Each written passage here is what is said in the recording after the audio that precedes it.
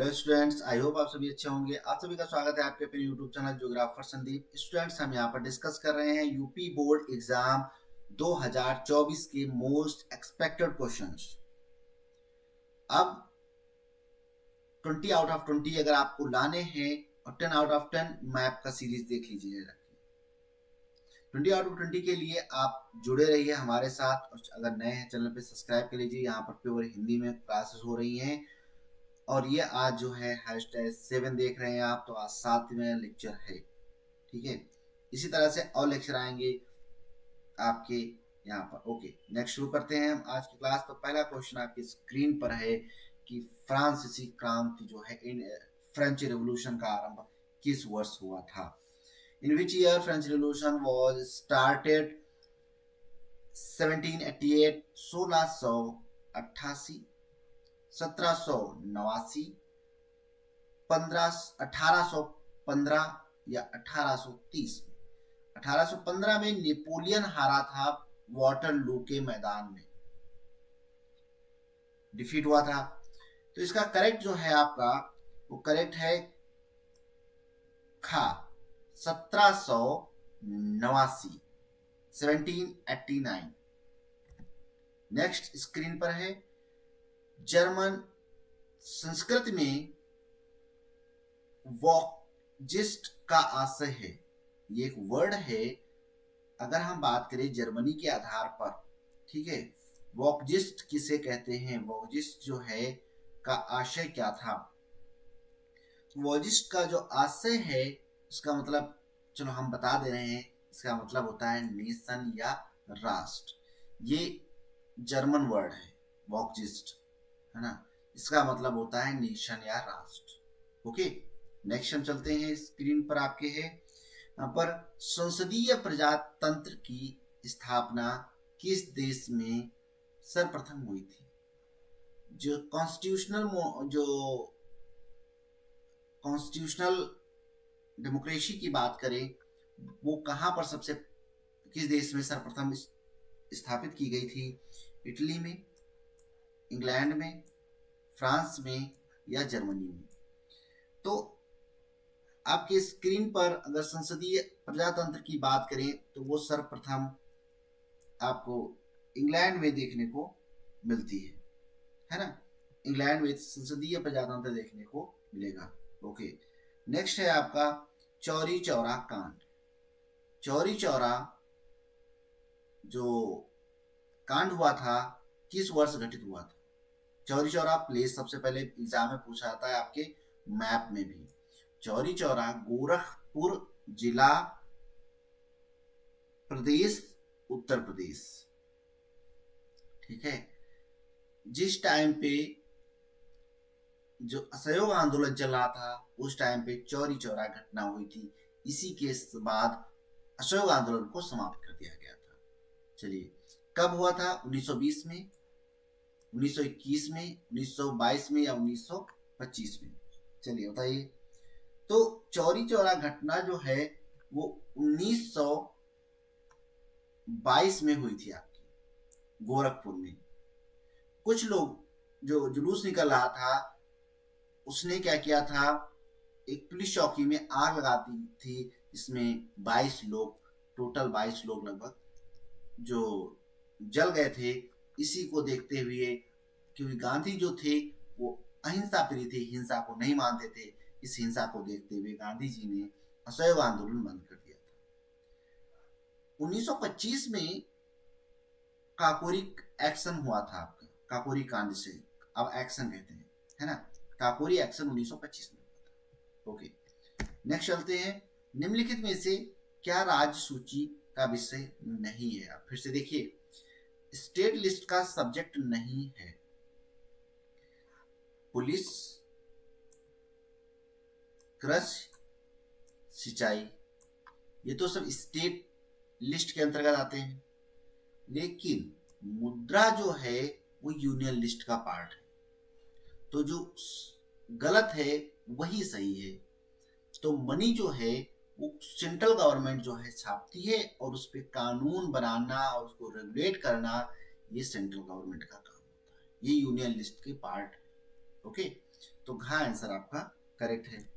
Next है भारतीय संघ में अवशिष्ट शक्तियां किसे प्राप्त हैं।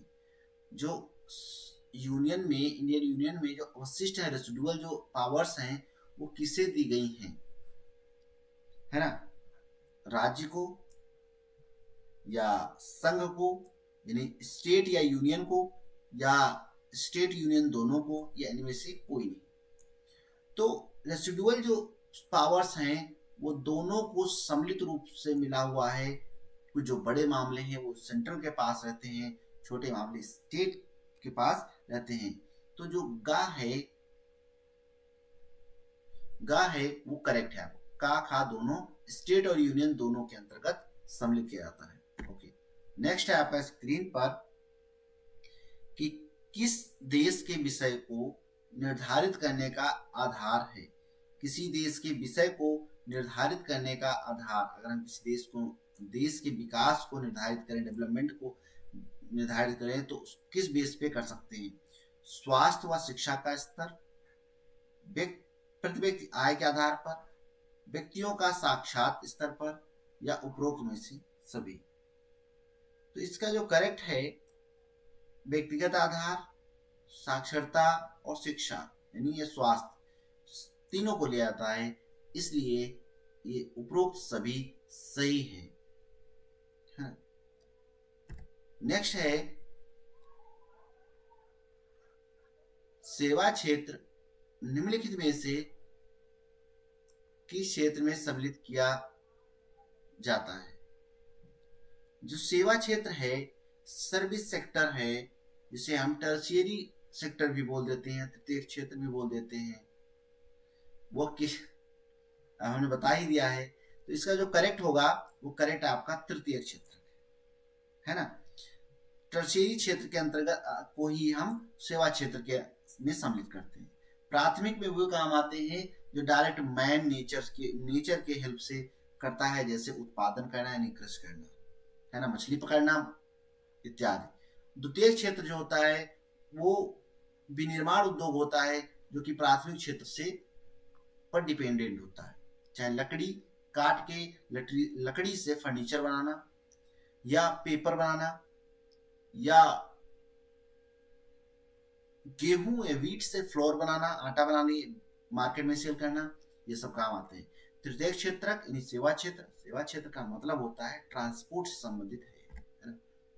ओके, नेक्स्ट है निम्नलिखित में से कौन सा ग्रामीण क्षेत्र में विकास का लक्ष्य है।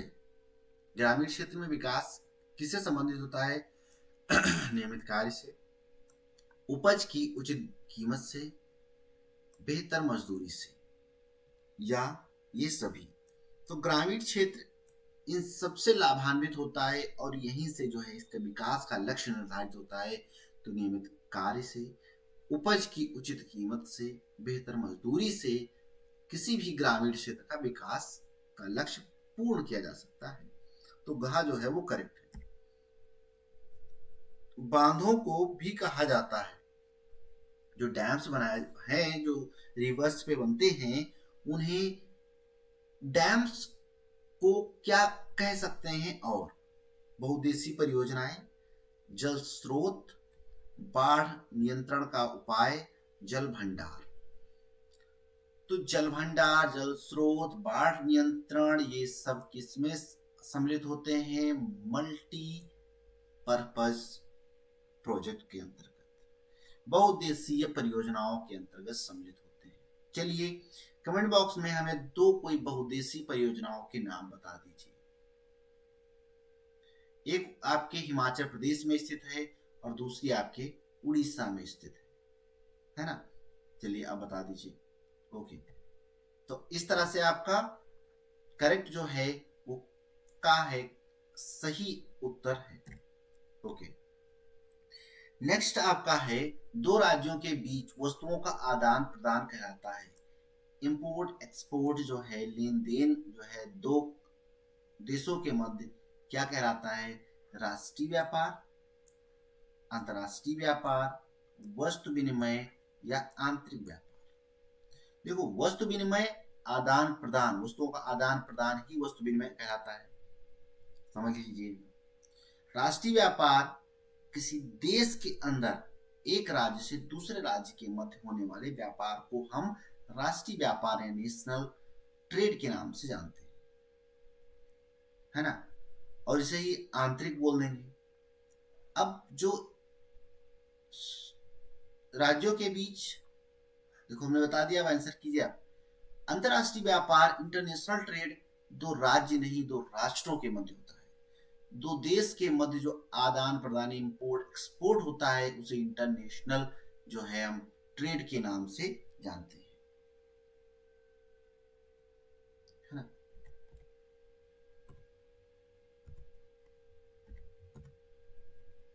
तो दो राज्यों के बीच जो है जो वस्तुओं का आदान प्रदान क्या कहलाता है, यहां पर जो करेक्ट है, दो राज्यों के बीच वस्तुओं का आदान प्रदान, वस्तु विनिमय, वस्तुओं का आदान प्रदान, है ना।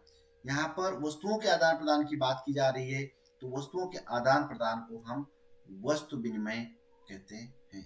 तो घा जो है इसका करेक्ट है ना, क्योंकि वस्तुओं का आदान प्रदान कर रहे हैं, तो इस वजह से ये वस्तु विनिमय कहलाता है। अगर हम एक तरफ रुपया देते और सामान परचेज करते, उसके बदले में हम मनी देते, तो उसे हम व्यापार के संबंध में रख सकते थे।